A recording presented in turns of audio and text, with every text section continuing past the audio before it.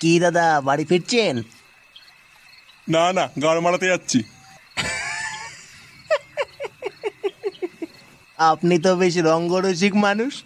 আপনি কে হে? কোন চুদির ভাই মাঝরাতে এসে রাস্তা আটকাচ্ছেন? আমি আমি তো আপনাকে জাদু দেখাতে এসেছি, দেখবেন নাকি জাদু? রাত 1:30টার সময় মাঝ রাস্তায় জাদু দেখাতে এসছো গুদমানি?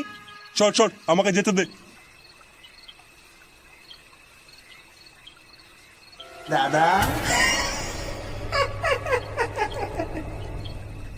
দাদা, এটা দেখ,